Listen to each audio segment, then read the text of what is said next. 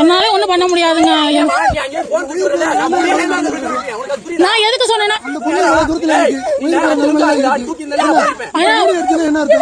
ஒரு உயிர் நாங்க வந்து ஒரு உயிர் என்ன நம்பி அத்தனை உயிர் வருது. என்னோட வேலை அது. நான் என்ன பண்றது? நீங்க ஒரு உயிருக்கு பேசுறீங்க, என்னை நம்பி அத்தனை உயிர் வந்துகிட்டு இருக்கு அந்த ட்ரெயின்ல. இதாங்க என்னோட வேலை, நான் என்னங்க பண்ண முடியும் அப்படின்னு அந்த அம்மா சொல்றாங்க. சொல்றது யாருன்னா கேட் கீப்பர். நேத்து நைட்ல இருந்து இந்த ஒரு வீடியோ வைரலா போயிட்டு இருக்கு. நிறைய பேர் எனக்கு அனுப்பி, ஆனா ரெண்டு பேர் பக்கமும் நியாயம் இருக்க மாதிரி தெரியுது. ஆனா ஏன் இவ்வளவு பெரிய வாக்குவாதம் வருது? யார் பக்கம் உண்மையிலே நியாயம் இருக்குன்னு சொல்லுங்க அப்படின்னு சொல்லியிருந்தீங்க. நானும் முழு வீடியோவும் பார்த்து என்ன நடந்திருக்குன்றத ஃபர்ஸ்ட் சொல்லிடுறேன். ராமேஸ்வரம் டு சென்னை ட்ரெயின் இருக்குல்ல, விரைவு ட்ரெயின், அது வந்து தஞ்சை மாவட்டம் புதுக்கோட்டை வழியா போயிட்டு இருக்கும்போது அந்த ஊர்ல ஆயங்குடியை தாண்டி ட்ரெயின் வந்துகிட்டு இருக்கு. அடுத்த ஸ்டேஷன்ல கேட்டு போட்டாங்க. இவங்களுக்கு சிக்னல் வந்துருச்சு. கேட் கீப்பர் கேட்டு போட்ட கொஞ்ச நேரத்துல பாத்தீங்கன்னா அவசர உதவிக்கு ஒரு பெண்ணை வந்து பைக்ல தூக்கிட்டு வராங்க. அந்த பொண்ணு வந்து உயிருக்கு போராடிட்டு இருக்காங்க. அந்த பொண்ணு உயிருக்கு போராடிட்டு இருக்காங்க அப்படின்ற பதட்டத்துல அந்த உறவினர்கள் பூரா அந்த கேட்டை திறங்க, ஒரு நிமிஷத்துல நாங்க கிராஸ் பண்ணி போயிடுறோம், கேட் அதுக்கப்புறம் மூடிக்கங்க அப்படின்ற மாதிரி கத்துறாங்க. அந்த கேட் கீப்பர் பெண்மணி என்ன சொல்றாங்க அப்படின்னா, ஐயா ஆயங்குடியை தாண்டிருச்சு, எனக்கு சிக்னல் வந்துருச்சு, அதனால தான் நான் கேட்டை க்ளோஸ் பண்ணேன். இப்போ நான் உங்களுக்காண்டி கேட்டை ஓபன் பண்ணவும் முடியாது, அப்படியே ஓபன் பண்ணாலும் எனக்கு வேலை போயிடும், அங்க ட்ரெயின்ல பல உயிர் வந்துகிட்டு இருக்கு, அந்த அம்மாவுக்கு கேட்லாம் ஈஸியா ஓபன் பண்ணி விட முடியாது. அதுவும் இல்லாம அவங்களுக்கு பயம் இருக்கும். என்னன்னா ஆல்ரெடி இந்த கேட்லயே நிறைய ஆக்சிடென்ட் நடந்திருக்கு. இந்த மாதிரி கேட் கீப்பர் ஒழுங்கா வேலை செய்யாம போனதுனால ஸ்கூல் வேன் எல்லாம் பாத்தீங்கன்னா ஒரு தடவை ஆக்சிடென்ட் ஆகி குழந்தைங்க எல்லாம் இறந்து போனாங்க. சோ அந்த மாதிரி எந்த ஒரு அசம்பாவிதமும் நடந்துடக்கூடாதுன்னு அந்த அம்மா வந்துட்டு இல்ல என்னால முடியாதுன்னு சொல்றாங்க. அந்த சைடு, அதாவது அந்த பதட்டத்துல வந்துட்டு இருக்காங்கல்ல, உயிருக்கு போராடிட்டு இருக்க பெண்ணோட வந்துட்டு இருக்காங்கல்ல, அவங்க வந்துட்டு பதட்டத்துல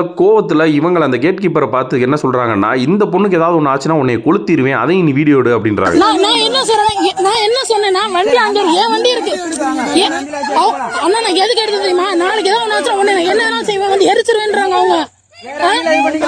நான் சொல்றேன், என் வண்டியை தரேன்னு நான் சொல்றேன், நீங்க கூட்டிட்டு வாங்க, என் வண்டி இருக்கு எடுத்துட்டு போங்க தான் நான் சொல்றேன். அதை சொன்னதுக்கு அப்புறமே அந்த லேடி என்ன சொல்றாங்கன்னா, யார் அந்த கேட் கீப்பர் என்ன சொல்றாங்கன்னா, அண்ணா என்னால கேட்டை ஓபன் பண்ண முடியாது, கேட்டோட மெக்கானிசம் தெரிஞ்சா உண்மையிலே ஓபன் பண்ண முடியாது, அவங்களுக்கு சிக்னல் வரணும், கீ ரிலீஸ் ஆகணும், அதுக்கப்புறம் அந்த கீயை வச்சுதான் அந்த கேட்டையே ஓபன் பண்ணணும். அதை மட்டும் சொல்லாம அந்த பெண் என்ன சொல்றாங்கன்னா, என்னோட வண்டி இந்த பக்கம் கேட்டுக்கு இந்த பக்கம் நிக்குது, என் வண்டி எடுத்துட்டு மருத்துவமனைக்கு கொண்டு போங்க, அந்த கேட் கீப்பரை கொளுத்திடுவேன்னு அந்த ஆள் சொன்னதுக்கு அப்புறமும் அந்த கேட் கீப்பர் சொல்றாங்க, என் வண்டி எடுத்துட்டு மருத்துவமனைக்கு போங்க, உங்க வண்டி இங்க நிப்பாட்டிட்டு போங்க, வந்து எடுத்துக்கங்க அப்படின்றாங்க. இதுக்கு மேல என்னங்க பண்ண முடியும்? அந்த வீடியோல தெளிவா இருக்கு, அந்த அம்மா என் வண்டி எடுத்துட்டு போங்கன்னு சொல்றாங்க. இதுலயே உங்களுக்கு நியாயம் யார் பக்கம் இருக்குன்னு தெரிய வேணாம். அவங்க சைடு நியாயம் இல்ல, பதட்டம் இருக்கு. ஒரு பொண்ணு உயிருக்கு போராடிட்டு இருக்காங்க அப்படின்ற ஒரு வருத்தத்துல பதட்டத்துல இருக்காங்க. நியாயம் யார் பக்கம் இருக்குன்னா அந்த ரயில்வே கேட் கீப்பர் பக்கம் தான். மனிதாபிமான அடிப்படையில பார்த்தாலும் கேட் கீப்பர் தான் இங்க ஜெயிக்கிறாங்க. அந்த ஆள் நான் கொளுத்திடுவேன்னு சொன்னதுக்கு அப்புறமும் என் வண்டியை எடுத்துட்டு போங்க மருத்துவமனைக்கு போயிட்டு வந்து, அதுக்கப்புறம் உங்க வண்டியை எடுத்துட்டு போங்க, என் வண்டியை வச்சுட்டு அப்படின்றாங்க. இதுல மேல என்ன வேணும்? இந்த வாக்குவாதம் பண்ண நேரத்துக்கு அந்த அம்மாவோட வண்டியை எடுத்துட்டே போயிருந்திருக்கான் சீக்கிரம். அதே மாதிரியே அந்த கேட் கீப்பர் பெண்மணியோட வண்டியை எடுத்துட்டு அந்த மருத்துவமனைக்கு அந்த பொண்ணை கூட்டிட்டு போய் இந்த சூழ்நிலையை கரெக்டா கையாண்ட அந்த கேட் கீப்பரை நம்ம வாழ்த்தியே ஆகணும்.